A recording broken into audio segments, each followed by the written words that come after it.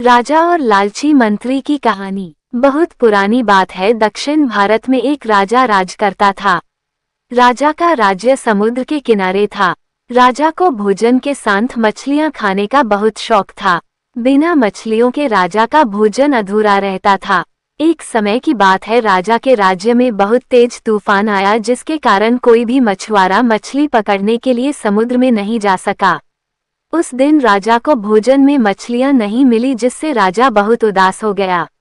राजा ने जब अपने मंत्रियों से इस बारे में पूछा तो उन्होंने बतलाया कि इतने तेज तूफान में समुद्र में मछली पकड़ने जाना अपनी जान पर खेलने के समान है, इसलिए कोई भी मछुआरा समुद्र नहीं जा रहा है। राजा ने घोषणा करवाई कि जो भी समुद्र से ताजी मछलियां लाएगा उसे मुंह मांगा इनाम दिया जाएगा। राजा की घोषणा सुनकर मछुआरों के मन में लालच तो आया, किंतु कोई भी मछुआरा अपनी जान जोखिम में डालने के लिए तैयार नहीं हुआ। उसी राज्य में एक बहुत ही गरीब मछुआरा रहता था। उसे जब राजा की इस घोषणा का पता चला तो अपनी दरिद्रता दूर करने के लिए वह अपनी जान की परवाह किए बगैर समुद्र में चला गया। समुद्र में उसने जाल फेंका, जिसमें कई बड़ी बड़ी मछलियां फंस गई। मछुआरा मछलियां लेकर राजा के महल पहुंच, किंतु राजा के सैनिकों ने उसे महल में नहीं घुसने दिया। राजा के एक खास मंत्री ने मछुआरे को ताजी मछलियों के साथ देखा तो मछुआरे को अपने साथ राजा के पास ले जाने के लिए तैयार हो गया।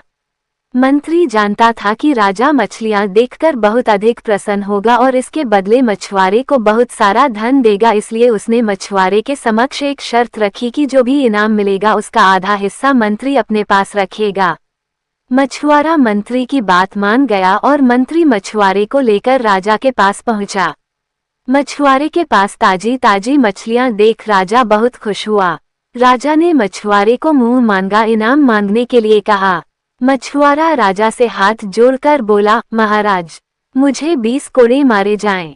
मछुआरे की बात सुनकर राजा को बड़ा आश्चर्य हुआ और उसने फिर से मछुआरे से कुछ मांगने के लिए कहा, किंतु मछुआरे ने फिर 20 कोड़े खाने का इनाम मांगा। राजा ने अपने सैनिकों को बुलाया और मछुआरे को 20 कोड़े मारने का आदेश दिया। सैनिकों ने मछुआरे को कोड़े मारना शुरू किया। 10 कोड़े खाने के बाद मछुआरा राजा से बोला, महाराज, मुझे आप जो भी इनाम देंगे उसका आधा हिस्सा मुझे मेरे हिस्सेदार को देना पड़ेगा, इसलिए बाकी के 10 कोड़े मेरे हिस्सेदारी को दे दिए जाएं। मछुआरे की बात सुनकर राजा को फिर आश्चर्य हुआ और राजा ने उसके हिस्सेदार का नाम पूछा। मछुआरा मंत्री की तरफ इशारा करते हुए बोला, महाराज, यही मेरे हिस्सेदार हैं। इन्होंने ही मुझे आपके पास लाने के बदले प्राप्त इनाम का आधा हिस्सा मांगा है। राजा ने मंत्री की ओर देखा तो मंत्री ने शर्म से अपना सर झुका लिया। राजा ने आदेश दिया कि बाकी की 10 कोड़े मछुआरे के हिस्सेदार को मारे जाएं।